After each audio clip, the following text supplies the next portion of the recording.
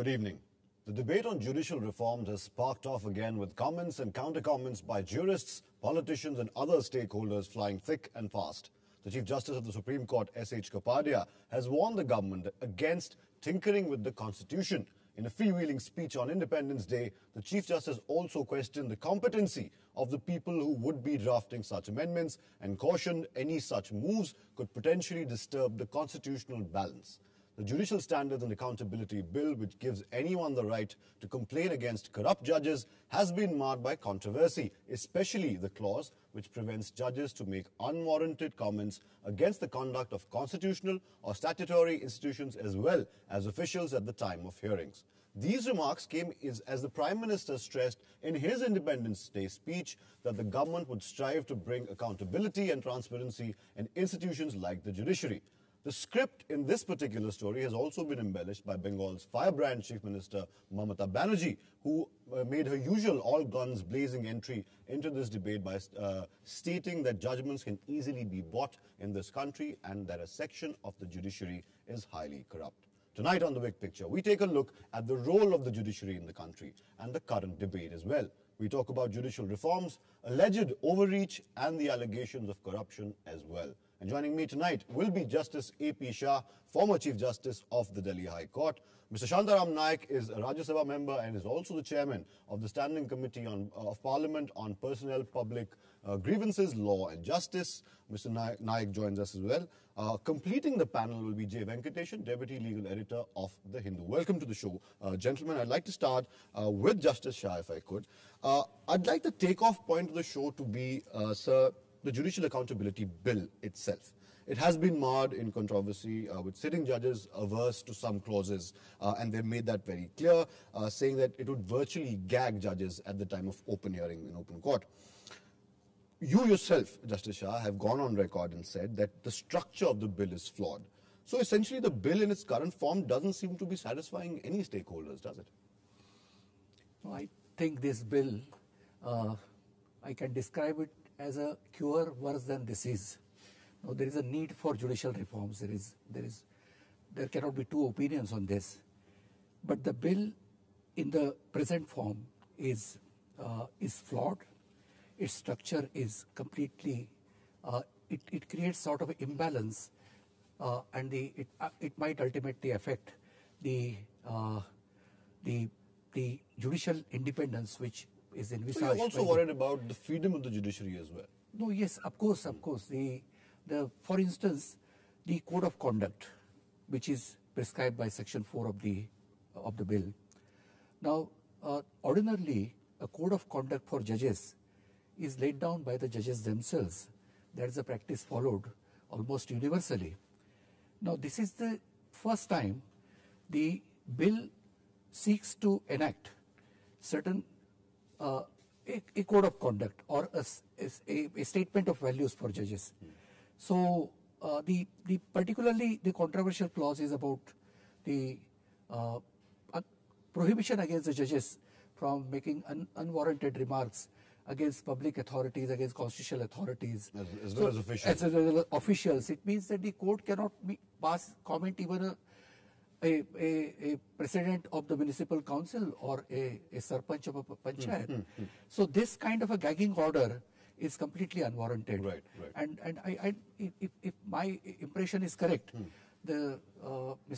Salman Khurshid, the law minister, has made a statement that the government is seriously thinking of withdrawing this particular clause from the code of conduct. Justice, we'll get to that in a bit. I want to talk about Salman Khurshid's statement, but that's later in the program. Let me go to you, Venkatesan, first and ask you, just as S.H. Kapadia yesterday said that trying to make the judiciary accountable by bringing a law like this, and I'm quoting him on this, would disturb the constitutional balance, and the government would be well advised not to tinker with the constitutional principle of judicial independence. Do you concur with that view, first of all? Yeah, I entirely agree with what Chief Justice S.H. Kapadia said yesterday, because already self-regulation is there among the judges. During former Chief Justice J.S. Verma's period, there was a restatement of values. So that was evolved into a code of conduct. Already that code of conduct is implemented by and large. So according to Justice Kapadia, there is already a self-regulation.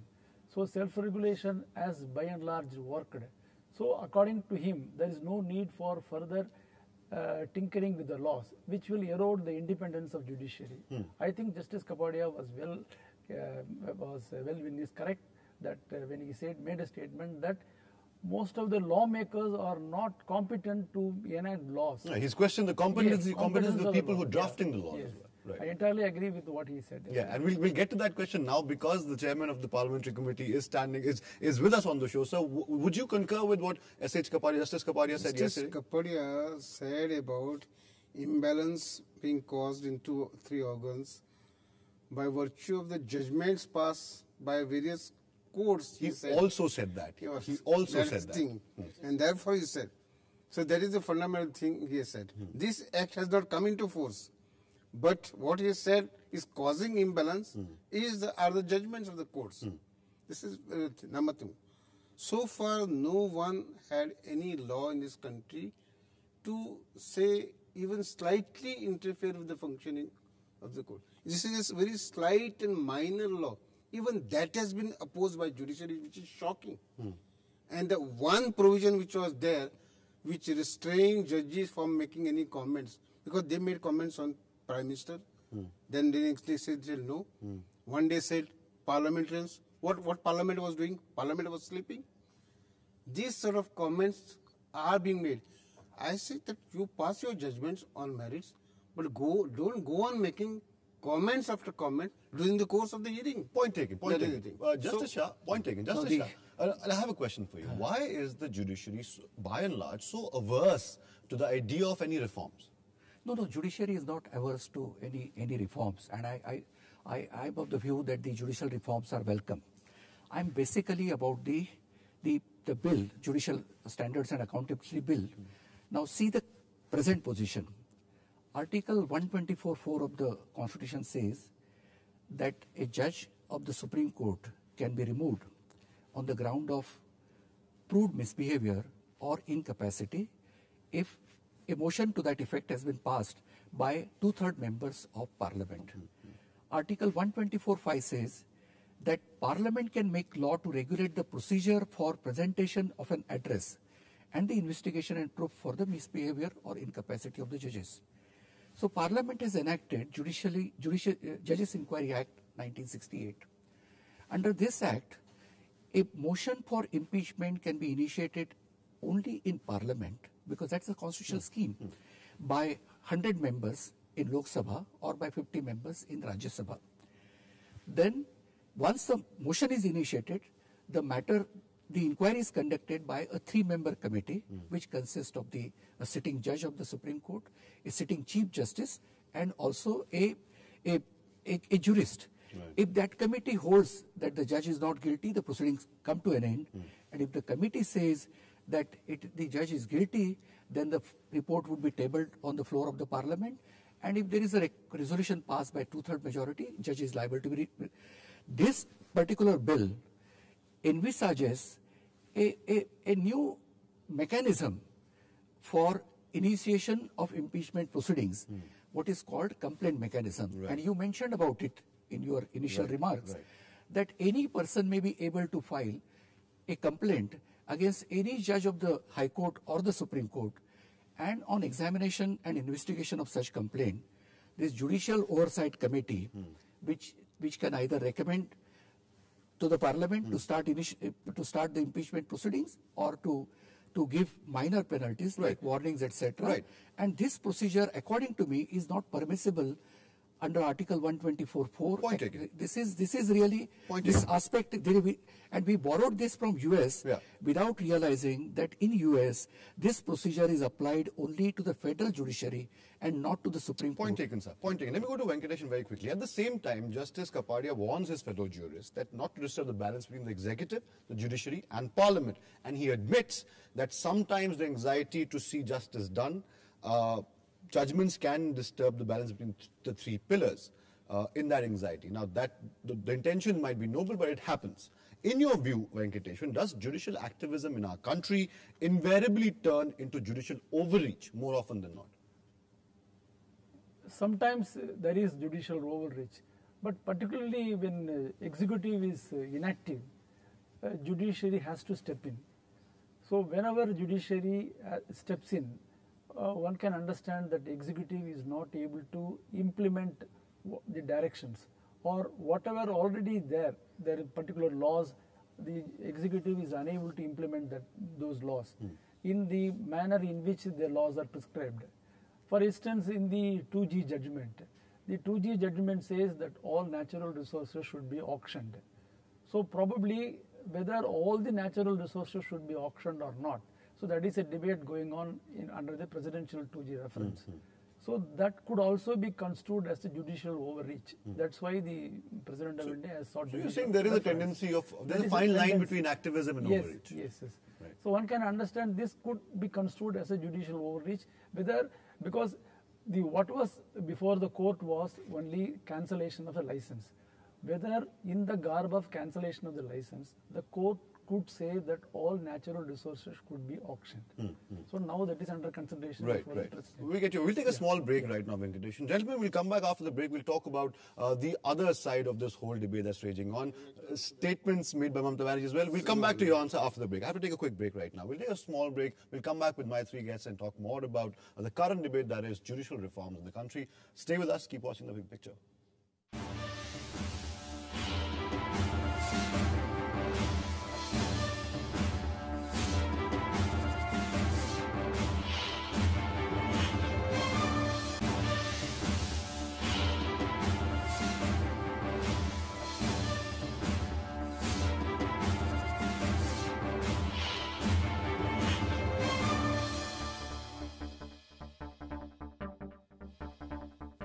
Welcome back to The Big Picture. Before the break, Venkatesan was talking about some point that I asked him about. You had a reaction to that, sir. You had some comments to make on that. Very briefly, if you could. Powers of the three organs are specified. No one can interfere in each one's power. Okay. Now, judiciary says that because legislature is not exercising power, because executive is not functioning, then we are doing this duty. First, they admit that whatever they are doing in a particular is not their power is not their role. Right. Now, how can they say because you are not functioning, I am going to... Tomorrow, if Prime Minister of India, as executive head, says there are lakhs of cases pending in Supreme Court, you are not passing the judgment, I will pass the judgment. Can you say so? You make a very interesting point, sir, and I think it's a very sane point as well. Let's talk about the latest controversy first now. Enter Mamata Banerjee. Trademark fireworks leading to an almost immediate response from politicians, lawyers, jurists, you name it. Calling her statements, some people call them intemperate, some of them call them irresponsible, etc. The Law Minister, on the other hand, Salman Khurshid, has come to her defense time and again, yesterday and today, saying that she meant well, her heart's in the right place, and she was trying to defend the judiciary. What I want to ask you is, Justice Shah, that has Mamata Banerjee at some level touched her own nerve somewhere? That's why the barrage of response. I would not say touch. First, let me say this. What Mr. Khurshid said, this may be due to coalition compulsions. I mean, that's a usual, song. But what Mrs. Mamata Banerjee said is completely irresponsible. If she has proof against that some judges are corrupt, she should come out with that proof. To say that the judgments are bought from are purchased, that's a highly responsible statement coming from a chief minister. Secondly, the way in which the whole criticism is directed is really shocking. It seemed that she is aggrieved by the order passed by the Human Rights Commission. And asked her to pay money to those people. Ask the government to pay compensation. Now, what she said that we brought this person, meaning thereby Justice Ashok Kumar Ganguly, with that he would do good work, but he thinks that he's President of India and he can pass any order. Now, surely this is not expected from a chief minister to criticize the judicial or the other statutory bodies in this fashion. Surely, there were instances in the past. Mr. Namboodiripad, in the past there have been instances. For instance, Mr. Namboodiripad was hauled up for contempt. Then I think there was also contempt proceeding against Mr. Jyoti Basu. Then Mr. Shiv Shankar. What the court said, that a fair criticism is always welcome. It may be very direct criticism of the court, But if you start attributing motives to the judges without any justification, without any foundation, then it's not only it's not affecting the judges concerned, but it is really affecting, this affects the litigating class. Venkatesan, your thoughts on what Mamata Banerjee said? So I don't agree with her view because it is directly impinging on the independence of the judiciary. Per se it is contempt. Already the Calcutta High Court has taken the proceedings. Accepted that PIL against her, yes. And today Professor Bhim Singh of that Jammu and Kashmir Panthers Party, yes. he has filed a contempt petition in the Supreme Court in the evening. So I hope Supreme Court also will take it cognizance. Right, so you're in complete agreement with Justice Shah there. And should I assume that you are also in agreement with what these two gentlemen see, question is, her statements were a bit strong. But one aspect I would like to make a distinction with. I'm not referring to that case, but in general, if somebody makes a judiciary has become corrupt, that should not be objected to. If a general she has a right to her opinion. Corruption is there in executive, corruption is there everywhere, corruption is there in legislators, everywhere it is there. So judiciary also should not feel shy of any general allegation if made. But in specific matters, of course, obviously it is objection. Right. But sweeping remarks that judgments are purchased, I think that is per se contempt. Right. So you're saying that there's a difference between having an opinion and Like allegations. saying ministers are corrupt.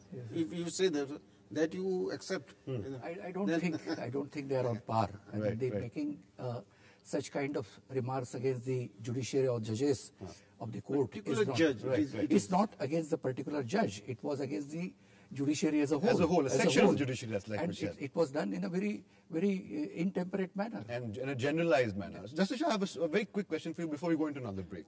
Surely in this day and age, sir, the judiciary cannot expect to be left perched, as someone said. I was reading it, in splendid isolation on its pristine ivory tower. Surely the judiciary will at some point realize and come to terms with the fact that the need for transparency and better accountability is high. Of course. I mean, the unfortunately, after the second judge's case, and thereafter which was reiterated in third judge's case, today the Indian judiciary appoints the judges. It's a completely non-transparent, opaque process. So there is a complete lack of transparency in selection of judges. This is the first. Then there is lack of transparency even in the working of the judiciary. It's my view that all internal working, administrative decisions of the courts should be made public. It should be in public domain. Right. All the court proceedings are held in open court. Similarly, all the courts dealing should be in the public domain. Transparent right from the selection of the judges. Right from the selection. Right. We'll take another short break, Justice Shah, right now. We'll come back and we'll wrap up the show. We'll talk about how to move forward and try to build consensus on judicial reform, because that is, of course, the need of the hour. Don't go anywhere. We'll come back with my three guests in the studio, and we'll continue to talk about judicial reform in the country and judicial independence as well. Keep watching The Big Picture.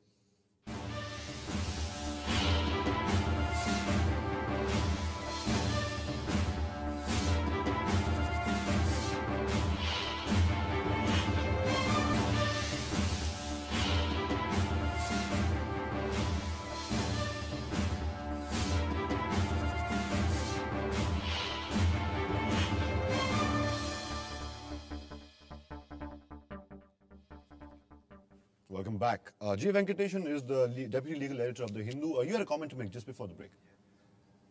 See, there was a question before the Supreme Court that all proceedings of the collegium, that is headed by the Chief Justice of India and 4 senior judges in certain cases, and Chief Justice in 2 other cases in certain matters. So there was an application that the proceedings of the collegium should be made public, and people have a right to know how judges are appointed. Their name should be disclosed, so that if you have any objection, people have a right to know and criticize. Right. But the Supreme Court registry said these proceedings cannot be made public. These are all privileged information. We can't make it public. So when this is the role of the judiciary, so there is no transparency in this process. Right. Point taken. Justice Shah, let me ask you this very quickly. How is the issue of judicial accountability tackled in other countries? We borrow a lot of our constitution from the United Kingdom as well. the British as well. Are there any international precedents or laws, bills worth mentioning in this context, perhaps where we can take tips and move this discussion forward? I would start with the example of the Great Britain and South Africa and several other countries where the appointment commissions, independent appointment commissions are established for selection of the judges at all levels. Now these commissions consist of not only the judges but also there is a wide representation to the legislators, executive and as well as the academia. So we need those independent commissions for selection of the judges. This is one. Secondly, I do not agree with the views of expressed by Mr. Naik completely, but there are several instances of the judicial overreach. I can give one classic example of this river linking judgment. I mean, this should be really, this is within the domain of the executive, and this has a far-reaching effect. Right. But surprisingly, the court took upon itself the implementation of a project which has a great implication and which is of a great magnitude. Right. So therefore, there is a need of the hour is that judicial restraint is also required. Right. Simultaneously, right. When the judges talk of activism. You're saying activism is all fine, it's noble, but there has to be a line drawn somewhere. Yes. Right. One question to you, Mr. Naik. What is the ideal way, since you're the chairman of the Parliamentary Standing Committee, what is the ideal way of building consensus on this issue? In other words, what I'm trying to ask you in terms of judicial reform. Yes. What I'm trying to ask you is, with the politicians and the judiciary on different tangents right now, from the Prime Minister's speech and Justice Kapadia's speech, how do we move forward? The question is, how we go forward towards judicial reforms. Now, if a simple bill like this is objected to, how can you have judicial reforms? Any bill, any law which may slightly even curtail powers of judiciary, bound to, then if objection comes, then there won't be, I'm sorry, any judicial reforms. And what are the last judicial reforms? Do you know? What was the last? When collegium was established. Right. And how a collegium was established? One fine day, a judgment was made, and powers of the executive were taken over by the judiciary. Would more dialogue between the executive, the Parliament and judiciary help? Dialogue will help. That is one way to move forward. Certainly. So we take one point from Just add that this is not a minor bill. You please take it from me. What has been done by the government is to bring some mechanism which is prevalent in some country, without realizing that even in that country, this complaint mechanism is not applied to the apex court. So this is only for the federal judiciary. So what is applied to federal judiciary is now being introduced in this country in respect of the judges of the High Court and the Supreme Court. So the judges all the time, I mean, somebody has rightly remarked that we don't want judges who can turn pages with trembling fingers. Right. So if you have, anybody can file a complaint, and just they are not government servants, Right. that anyone can file a complaint and immediately the officer is either suspended or Let's go back to dismissed. that controversial clause. Venkatesan, I want to ask you this. Salman Khurshid, the law minister, says the proposed law will not in any sense undermine the freedom of the judiciary, but enhance it. He has also hinted that the controversial clause could be sent back to cabinet if need be. Let's assume the clause is dropped or amended or what have you. Will that be enough to pacify our legal eagles, so to speak? But even yesterday, Justice Kapadia said we are not afraid of a bill for accountability. But only thing is, you don't tinker with the independence of the judiciary. So if there has been proper consultation, see, I think already government has consulted some of the former chief justices and the legal luminaries on this aspect. If there is a proper consultation and if the concerns expressed by the judiciary is taken care of, and if these things are addressed, and if these things are incorporated in the bill, amended bill, I don't think the judiciary will object to it. Will have any problems, right? Sir, last question to you, if I can. Like Venkatesan and Justice Shah just said, that there are some clauses that are causing problems to the judiciary as well. If they're addressed, the judiciary is not really averse to these reforms as well. Do you think in the current session? It's in the Rajya Sabha right now. Lok Sabha has already passed it. Do you see it passing muster in this session? No, that I can't say. But question is, if the dialogue is held, it may be fruitful, but they will object to one or two main clauses that will neutralize the bill and it will have no. So there's no point of getting a watered down bill, is what he's saying. No, it's not watered down. You see, it should be restructured. You can really strengthen the bill by creating a mechanism which will be in fine tune with the concept of judicial independence. The present bill, which I find that there is hardly any application of mine. For instance, in the committee, the Attorney General is also included. Now there is always a possibility that the Attorney General, there is a clear case of a conflict of interest, because he will be appearing before a judge who will be facing a complaint against him. Exactly. So there are many such issues in this bill, and those are required to be debated, and then with appropriate changes, the bill can perhaps be a relook is needed. On that note, we'll end the show, gentlemen. Thank you so much for joining us on The Big Picture. J. Venkatesan, Justice AP Shah, as well as Shantaram, Naik. Thank you for joining me on The Big Picture. Of course, some structural flaws, according to my guests, do exist in the current draft of the bill. Like Mr. Naik said, the only way forward is dialogue between the three pillars of our democracy: the Parliament, the Executive, and the Judiciary. That's all the time we have on The Big Picture tonight. Till next time, Athar saying goodbye, good night, and thanks for watching.